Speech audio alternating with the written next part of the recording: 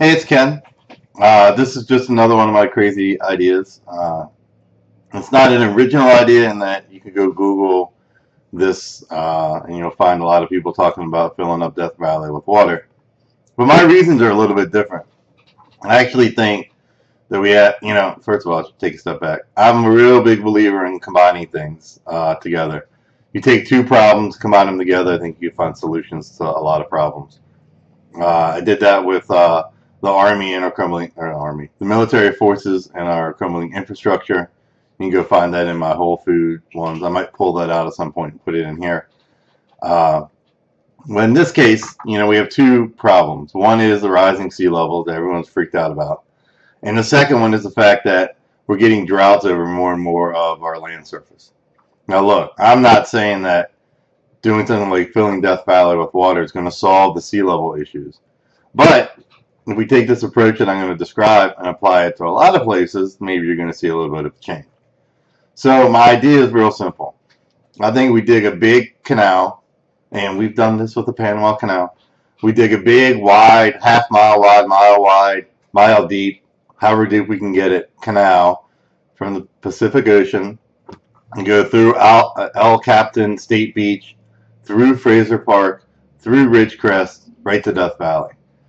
Now, the stuff I read, Death Valley is massive.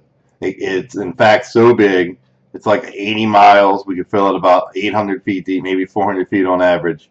It's a massive body of water.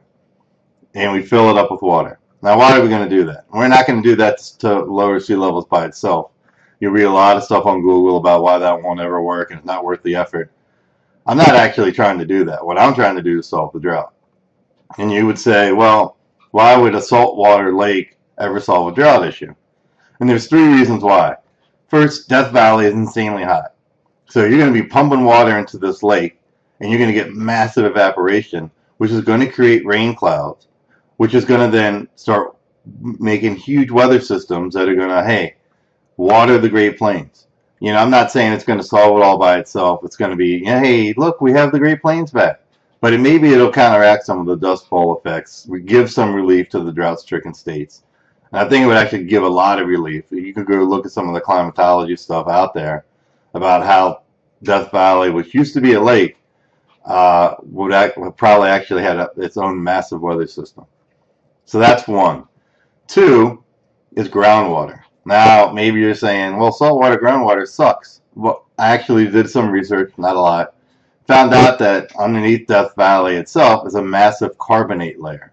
And when you go look at carbonate and you see how low energy desalination works, or taking salt out of water, you'll find the carbonate starting to become a more and more accepted way of desalinating water.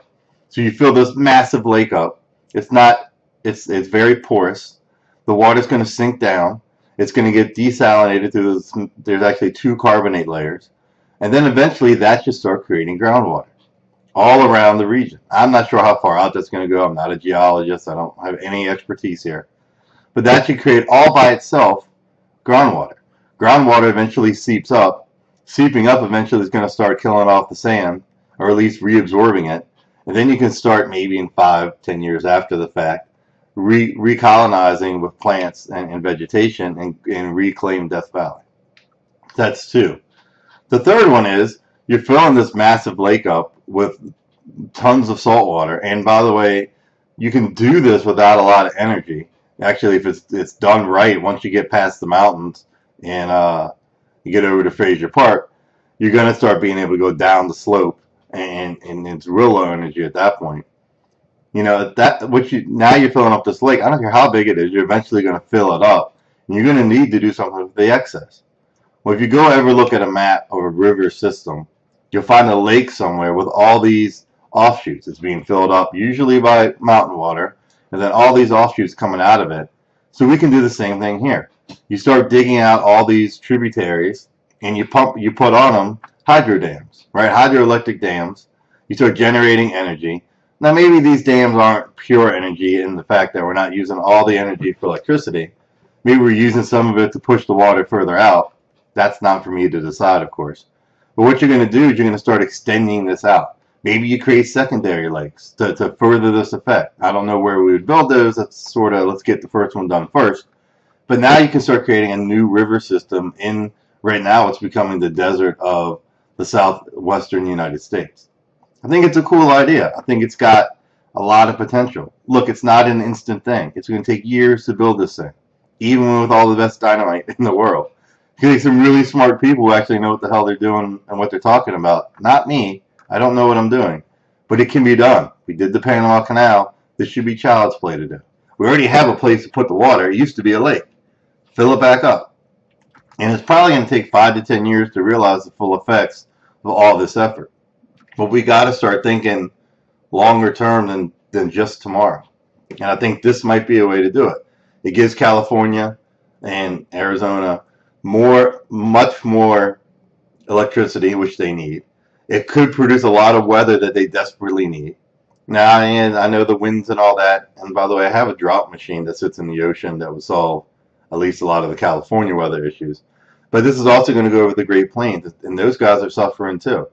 I think that if this is done really quickly, you're going to see a completely, and by the way, 10, even 20 years is really quickly, you're going to see different weather patterns. We're going to actually be able to solve this problem.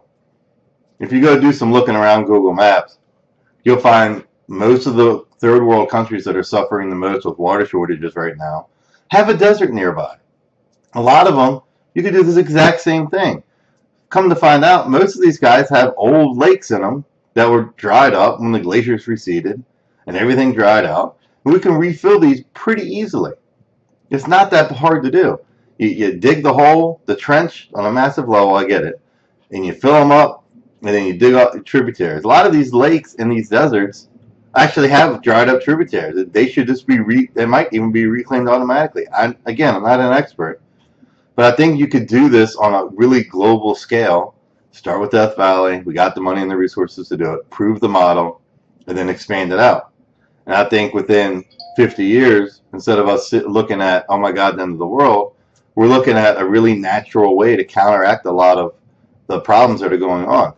Because by the way, if you do all this, you're lowering the sea levels, you're desalinating the water, you're making more surface area that is absorbing sunlight because you're creating more freshwater lakes on a pretty big scale. I think it could be a global warming counter as well. Although, again, I'm not smart enough to know that. All right. Well, that's my idea. Hopefully one of these ideas will catch on and people will listen. Good. Thank you for listening, and have a good day.